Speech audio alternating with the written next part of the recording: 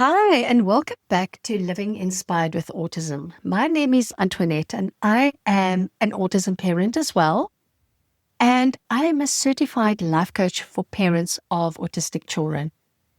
This space is for parents who are raising incredible children while also learning how to support themselves, regulate their emotions, and create a life that actually feels good to live.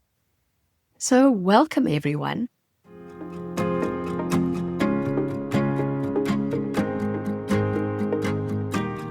Today, we are continuing our series on emotional skills. And if you listen to the first episode, we spoke about identifying emotions, learning how to actually name what you're feeling. And today, we are going to be taking the next step. And I'll be honest with you, this is where a lot of people struggle. It's one that sounds simple, but it feels incredibly uncomfortable when you actually try to do it. And that is allowing your emotions. So imagine this. You've had a long day. Your kiddo needs more of you than usual. There's maybe behaviours, unpredictability, maybe a meltdown or two. Maybe you needed to get to the store and your kiddo keeps running off and pulling things off the shelves and whining or stimming loudly. And between all of this, you're just trying to get your shopping done. You're tired. It's the end of the week. And then something small happens. Maybe your kiddo throws something. Or maybe they refuse the juice that they had been whining about the whole time that you were in the store. And they threw it on the car floor, out the window. Just that one little thing extra goes wrong. And suddenly, all the feelings come up. The frustration, the overwhelm, the anger, the tightness in your chest. And what do? You try and get rid of it. You distract yourself. Maybe you scroll, you eat, you snap at your kid, you shut down, and you tell yourself, I shouldn't feel like this. Now, what is happening here? We've been trained to fix our emotions, to avoid them, to resist them, to make them go away because they're uncomfortable. They are not supposed to be there. But emotions aren't problems. They are experiences. And they are completely harmless. Now, it might sound strange because they don't feel harmless, but the discomfort that you feel is not dangerous. You're not going to die. Feelings don't kill you. It's just unfamiliar. It's just really freaking uncomfortable. When you don't allow your emotions, you don't actually get rid of them. You store them, you bottle them, you suppress them, and you carry them around. Now, I remember a few times when my boss would shout at me because of, I don't know, something at the office, and I'd get so upset. And I would wait till the end of the day. I would push down the tears until I got home, and then the floodgates opened. So when you've got that emotion and you suppress it, they come out later, and often in ways that you didn't intend. Maybe you have this tone of voice, or it's in your reactions, or it just exhausts you so much.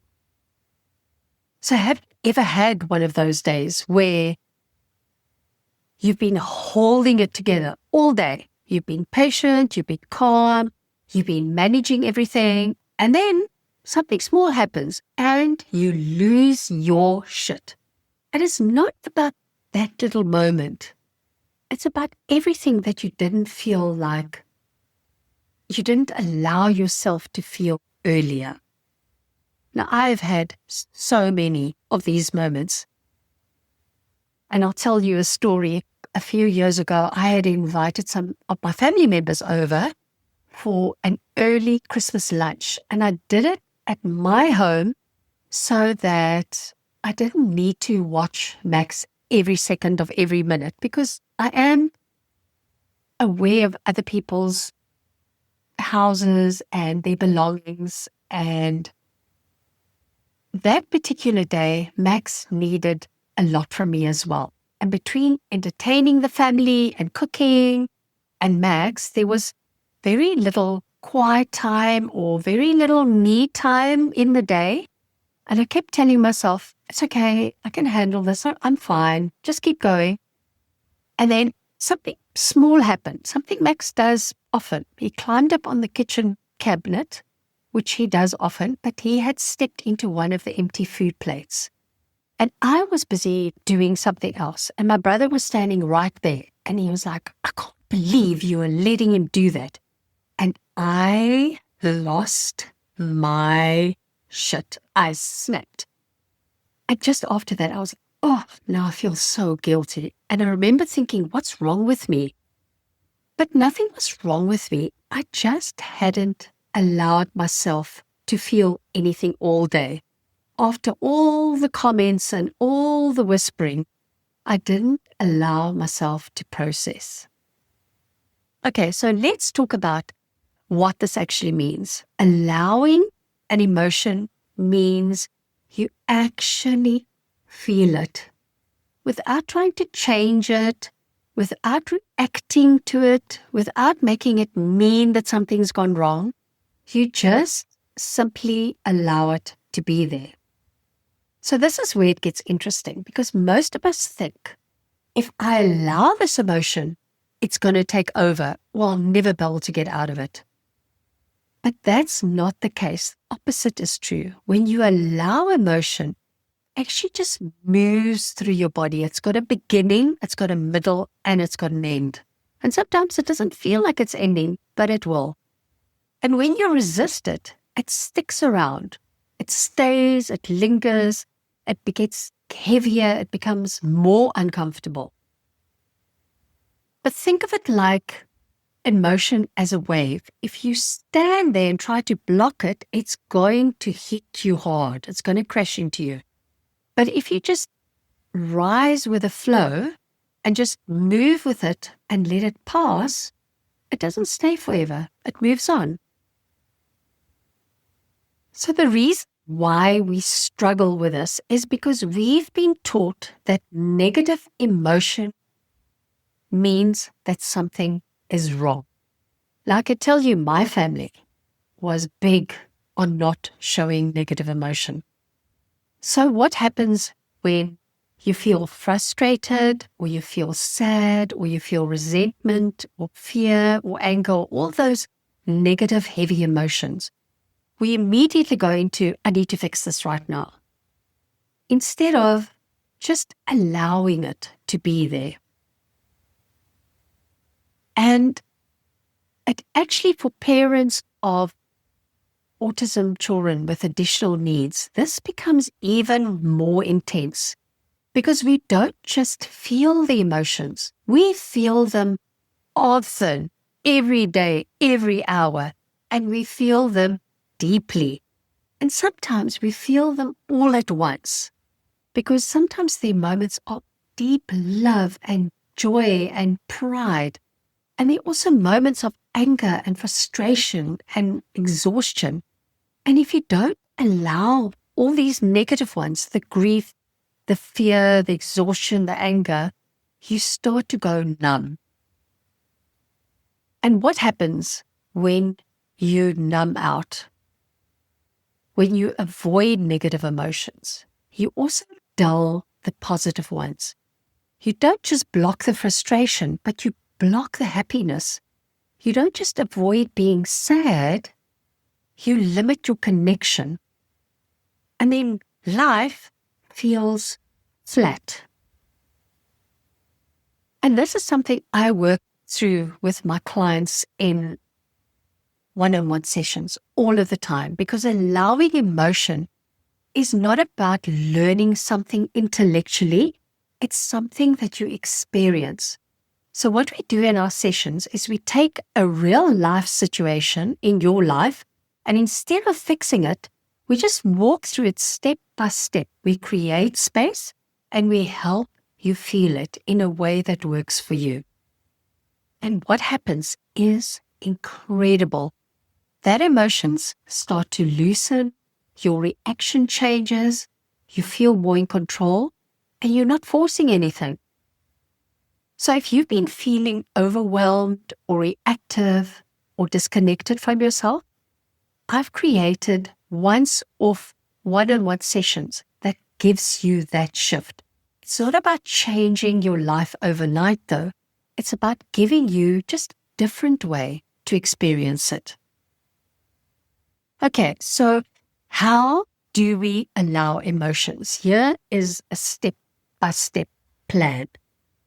So the next time you feel an intense emotion, now listen, you may not go through these 5 steps the first time you feel an emotion, or the second or the third time.